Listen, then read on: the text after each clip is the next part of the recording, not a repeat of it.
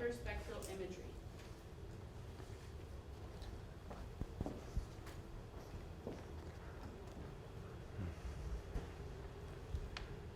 Hello everyone, thank you all for coming. Again, my name is Paul Manley. I'm a new PhD candidate here in civil engineering. And here at MS&T, I plan on continuing my master's work where I looked at using plants to remotely detect landmines. Now a little background on landmines. There have been about 110 million placed in the ground since the 1960s in about 70 countries. And many of those are still in place today. And the reason they're so prevalent is one, they're cheap to make, costing only about $3 to $30 per landmine. And they're expensive to clean up, costing about $300 to $1,000 per landmine.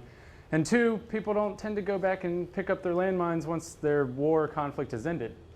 So again, my research uses plants, and I'm going to focus on vegetated areas in Asia, Southern Africa, parts of Europe, and even parts of South America.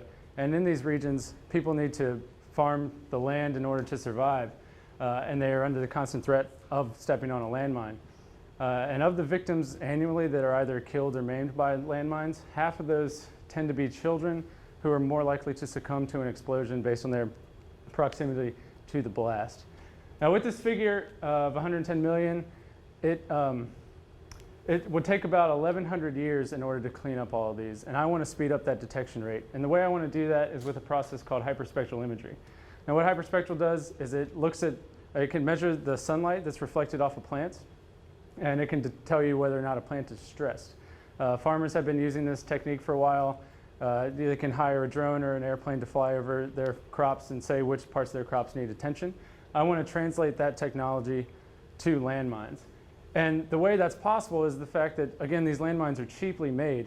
And so over time, through rain events or coming in contact with moisture in the soil, those casings break down, allowing the explosives to get out into the soil. And any nearby vegetation takes in those explosives, and it changes the way light's reflected off the leaves. So I want to use this currently existing technology to help solve a global crisis.